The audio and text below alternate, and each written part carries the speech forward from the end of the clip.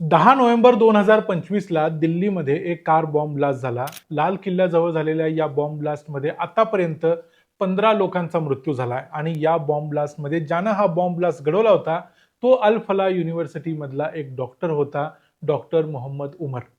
इथपर्यंत आपल्या सर्वांना माहित आहे. त्याच्यानंतर अल फला युनिव्हर्सिटीच्या काही डॉक्टरांना अटक झाली होती आणि हे संपूर्ण टेरर मॉड्यूल यामध्ये अनेक डॉक्टर सहभागी आहेत हे लक्षात आलं होतं.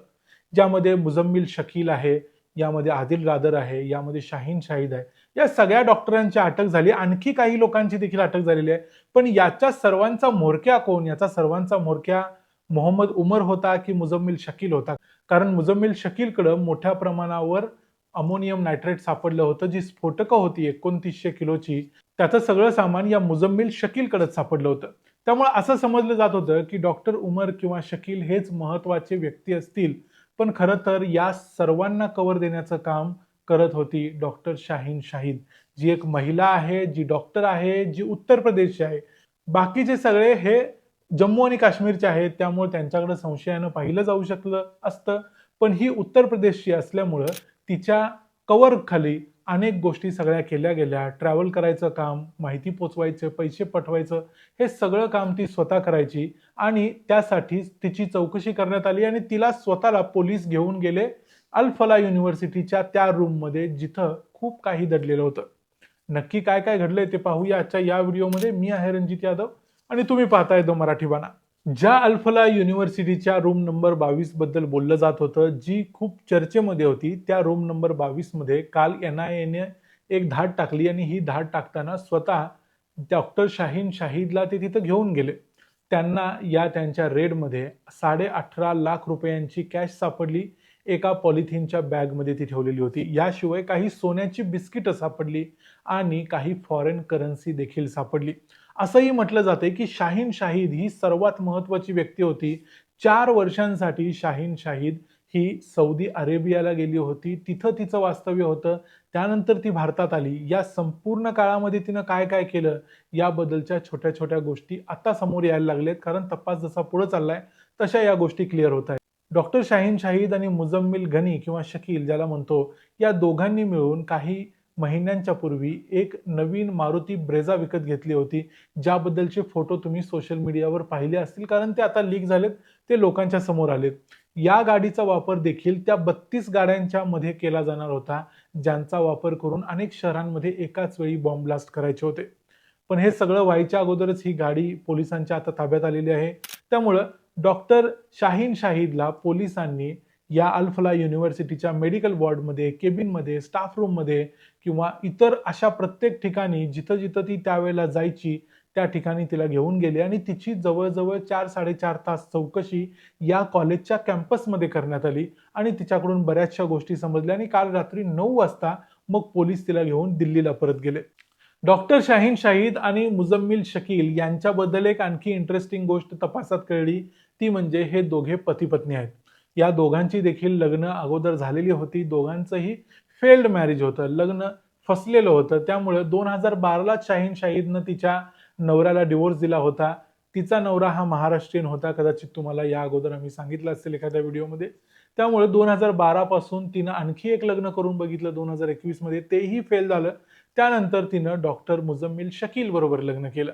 2023च्या सप्टेंबरमध्ये त्यांचं लग्न झालं आणि ते दोघे सध्या एकत्रच राहत होते.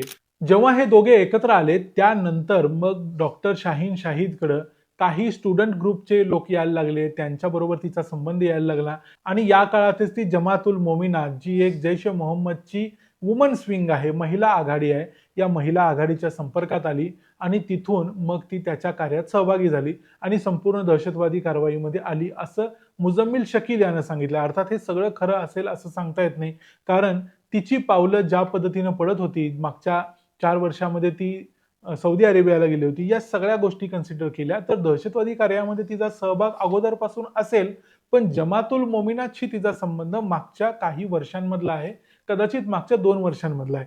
कदाचित जमातुल मोमिनात ही संघटना देखील जैश ए मोहम्मदनं रिसंटली चालू केलेली आहे, त्याच्याबद्दलची एक आम्ही न्यूज देखील काही दिवसांपूर्वी केलेली होती.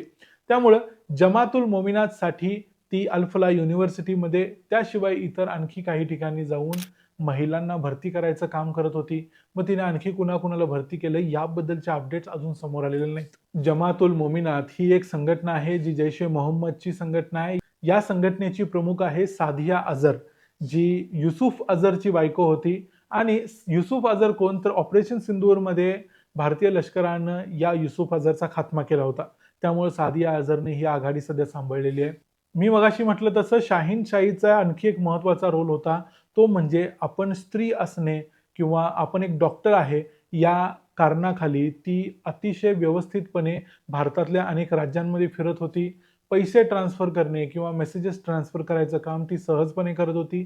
तिच्यावरती पोलिसांना संशय असण्याची शक्यता देखील कमी होती, कारण ती उत्तर प्रदेशची होती. इतर जे डॉक्टर्स होते ते मगाशी म्हटल्याप्रमाणे जम्मू आणि काश्मीरचे होते. त्यामुळे त्यांच्याकडे संशयानं बघितलं गेलं जाऊ शकलं असतं, कारण अनेक वेळा पोलीस या सगळ्या लोकांच्यावर अगोदरपासून नजर ठेवून असतात. एकूणच काय, दिल्ली ब्लास्ट प्रकरणानंतर खूप मोठ्या प्रमाणावर अटक झालेल्या आहेत. हरियाणामध्ये, उत्तर प्रदेशमध्ये, जम्मू आणि काश्मीरमध्ये, दिल्लीमध्ये अनेक ठिकाणी अटक झालेले आहेत. अल फला युनिव्हर्सिटीचे फाउंडर जावेद अहमद सिद्दीकी यांना अटक झालेली आहे. त्यांचे संपूर्ण अकाउंट्स चेक केले जात आहेत. त्यांच्यावर ईडीची रेड पडलेली आहे. कदाचित अल फला युनिव्हर्सिटीचा जो काही अनधिकृत भाग आहे तो बुलडोझरनं पाडला देखील जाऊ शकतो. या सगळ्या गोष्टी होत असताना अल फलामधून आतापर्यंत एकूण 7 लोकांना अटक झाली आहे. रिसंटली एका वॉर्ड बॉयला देखील अटक झालेली आहे. याशिवाय महाराष्ट्रातल्या संभाजीनगरमधून एका फेक IAS ला अटक करण्यात आली होती.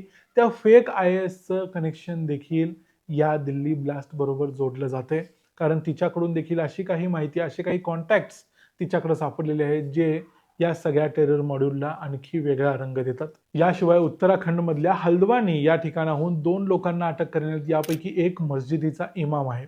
या सगळ्या लोकांच्या अटक जर बघितल्या, एकूण आतापर्यंत 25 ते 30 लोकांना अटक झालेली आहे. दिल्ली बॉम्ब हल्ल्याचा तपास अतिशय वेगानं सुरू आहे. यामध्ये आणखी काय अपडेट येतात ते आपल्याला पाहावं लागणार आहे. पण एक गोष्ट समोर आलेली आहे, ती म्हणजे डॉक्टर शाहीन शाहिद ही एक महिला होती आणि महिला दहशतवादी आपण बघितल्याच्या घटना या अगोदर जास्त झालेल्या नाहीत. पण या महिलेनं मात्र ही गोष्ट बदललेली आहे. ती या संपूर्ण दहशतवादी घटनेच्या पाठीशी होती. ती मोठ्या प्रमाणावर ऍक्टिव्ह होती आणि ती सगळ्या गोष्टी घडवून आणत होती. हे आता जवळजवळ सिद्ध होत आलंय. या संपूर्ण प्रकरणाबद्दल तुमचं काय मत आहे ते आम्हाला कमेंट्समध्ये सांगा. व्हिडिओ आवडला असेल तर व्हिडिओला लाईक करा, चॅनलला सबस्क्राईब करा. पुन्हा भेटू पुढच्या व्हिडिओमध्ये. तोपर्यंत पाहत राहा द मराठी बाणा. जय हिंद, जय महाराष्ट्र.